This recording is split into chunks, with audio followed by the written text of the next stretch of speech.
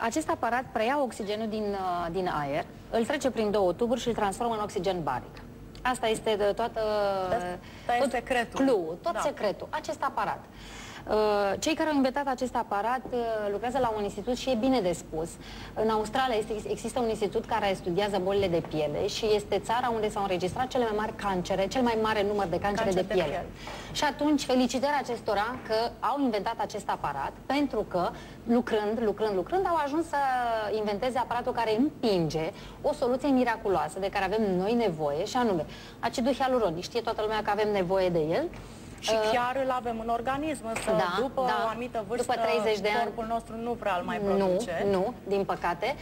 Așa cum am aflat, Simona, să știi că după 7 ani, dacă vrei să bei lapte, nu mai există acea enzimă în stomacelul nostru care să digere laptele, știai? Uite că... Da, deci să nu mai bem atâta lapte după 7 ani, că este foarte greu pentru organismul uman să-l digere.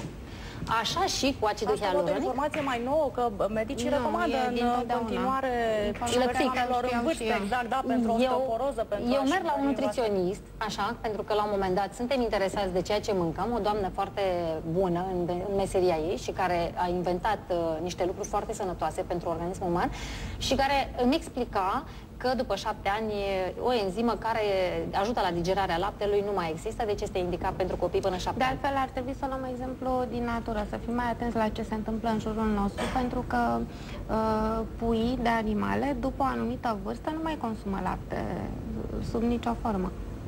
Bun, ne gândim și la acest aspect. E un subiect de dezbatere, să știi. Și îți pot recomanda nutriționistul de care vorbeai, cu mare drag.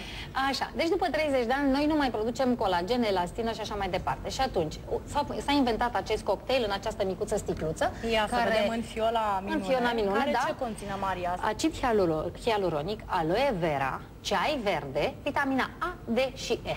Hai să le luăm pe fiecare în parte și să ne explici de ce avem nevoie de ceai verde, de acid hialuronic, am înțeles, dar de toate funcționează ca antioxidanți, ca substanță de bază pentru menținerea și întărirea în continuare a elasticității și menținerii tinereții tenului. Vitaminele A, D și E, la fel, și ele cuplate, ne ajută pentru întinderea ridurilor, pentru hidratare, pentru tot ceea ce avem nevoie în momentul în care organismul le mai produce. Fermitate, a observat că fața aia arăta mai bine și din acest punct de vedere. Da. Pentru mine efectele cele mai vizibile au fost hidratarea și fermitatea, tonicitatea pielii. Eu asta am simțit cel mai mult, în afară de faptul că e o procedură extrem de plăcută, pentru că aparatul respectiv îți suflă aer proaspăt. Hai să vedem cum Deci, în momentul în care se apasă pe acest pistol și se împinge, eu acest aparat îl folosesc în studio pentru aplicarea fondului de ten. Da? Aerograful este un aparat mai vechi, care se folosește și într-un studio de make-up, și într-un studio de tunat mașini, să știi, da? Deci același un tuning. Da? În momentul în care apăs... Și în grafică, da. Deci, acest stilou nu este o invenție acum de curând. Această mașină este invenția. În momentul în care apăs pe acest pistol, împing aerul, iar în momentul în care dau pistolul înapoi, împing și substanța. Nu știu dacă se vede substanța. Este foarte... Da? Împrăște acum acid hialuronic, aloe vera, vitamina D și E. Mai bine. Pe cameraman, dacă vrea, îl invit. Și particulele sunt extrem de fine. Și ele, cu ajutorul oxigenului baric, pătrund, așa cum spunea Maria, foarte adânc. Și la ce distanță, Maria? Sau hai să demonstrăm. Să-i facem exact ca tincăi. Practic, da, să vedem. Deci, în momentul în care suflăm pe față, s-a suflat această substanță, da? După care, în momentul în care apropiem de piele, s-a auzit sunetul ăsta așa, de absorpție, da? În momentul în care se aude sunetul de absorpție, produce oxigenul baric, da? Ajunge oxigenul baric. După care trec. Și asta ce înseamnă că acum, în acest moment, îi împing substanța respectivă în piele, da. Ce simți, Katinka? Descrie-ne ce senzație e. O senzație de răcoare foarte fresh și aparatul exercită, nu, absolut nimic, nici dureros, nici neplăcut, dimpotrivă. Aparatul exercită o presiune ușoară, însă e ca un fel de masaj.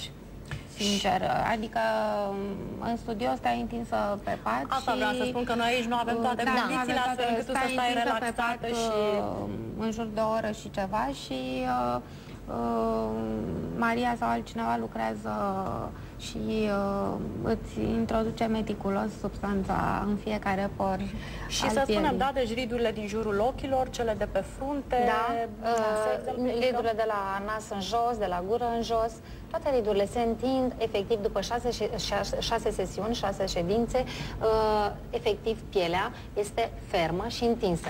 Pe mine m-a fascinat în kitul lor de prezentare o doamnă, uite, exact Simona, acum ești tu, poți fi un exemplu elocvent, o persoană care vine și spune, am folosit tratamentul Madoni și vorbea, era foarte agitată așa și foarte entuziasmată în februarie, iar în decembrie, când a revenit, deci era de altă persoană, era altă persoană.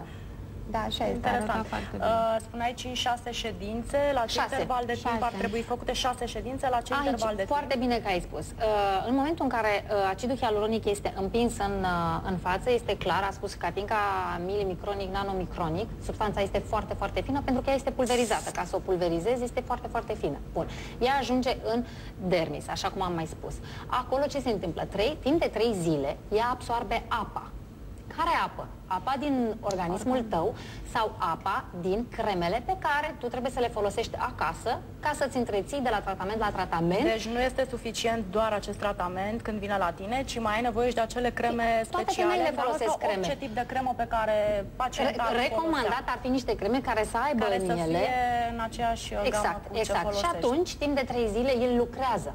Și asta ce înseamnă? Că lucrează fața, va arăta tot mai bine, pentru că moleculele se hidratează, câștigăm apă, câștigăm substanțele pe care le-am introdus. Da, exact. Și moleculele de acid hialuronic absorb apa, fie din organism, fie din cremele pe care le aplicăm noi exterioare, și după 3 zile este indicat să revină.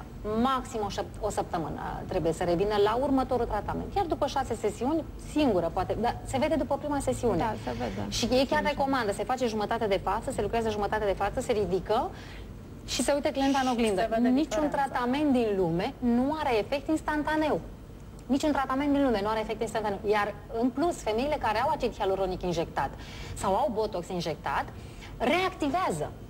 reactivează substanța existentă deja în organism. Efectele se adună, se însumează, deci în niciun caz nu se exclud cele două tehnici, da? Nu, e ca o completare. Precizarea. Mi-ai dat să te ajută să mai țin ceva anume, nu știu despre ce este vorba. O clientuță de-a mea mă întreba dacă, ține un pic, Katinka, dacă poate să inhaleze și oxigen, pentru că la Londra a fost și a așteptat nu știu câte zile, luni, săptămâni, habar nu am, să facă această terapie cu oxigen inhalat. Știm foarte bine că în Asia sunt acele tonomate unde te duci și bagi și iei un furtun și o gură de aer proaspăt. Același lucru face și acest aparat. Se aplică, se desface de aici de la aerograf, se pune aici, da? Se pune clientei pe față, după care îi se pune acest tubuleț exact în nas. Stai jumătate de oră și inhalezi oxigen deci curat. Practic beneficiezi de 2 tratamente, ca să spun așa, într-o singură ședință. Bun. Am reținut cele 6 ședințe, spunea asta ar însemna un tratament complet, plus cremele pe care ar trebui să le folosim și acasă. Deja un pachet. După care, Maria, la ce interval de timp sau pe an, nu știu, pe urmă, cum te întreții, cum păstrezi efectul? Cred că și să ne spui, Maria, dacă în continuare trebuie să avem grijă și la acest stil de viață avem, că dacă fumăm, nu ne hidratăm, mâncăm prostii, nu dormim, cred că... Nu ne demachiem așa. Exact, nu ne demachiem. Rezultatele nu pot fi păstrate, cred eu, prea mult timp. Să ne spui ce trebuie făcut după. Ai atins foarte bine punctul. După ce se termină acest pachet de 6 ședințe, toate clientele mele mă întreabă la cât timp să revin, Maria. Asta pentru menținerea. Pentru menținerea. Da. Este evident că toate femeile care ajung în saloane de cosmetice ajung cu o regularitate, da? Fie de o lună, fie de 2, habar nu am cum merg. În funcție de ten. Tenul îți spune când ai nevoie de el. Așa și aici. Dacă tu ți l-ai simțit odată sănătos, în special ridurile de pe gât, Simona, îți spun că toate clientele mele îmi spun, Maria, e minunat. De ce? Pentru aceste riduri. Zona în care de obicei citești vârsta unei femei. Și unde se poate interveni cel mai greu. Cel mai greu. Deci zona gâtului și ridurile de pe gât, și știm foarte bine acele riduri care apar de aici la femeile mature, da? Nu prea ai ce să faci cu ele, sau dacă ai ce să faci cu ele, deja ajungi la cuțit.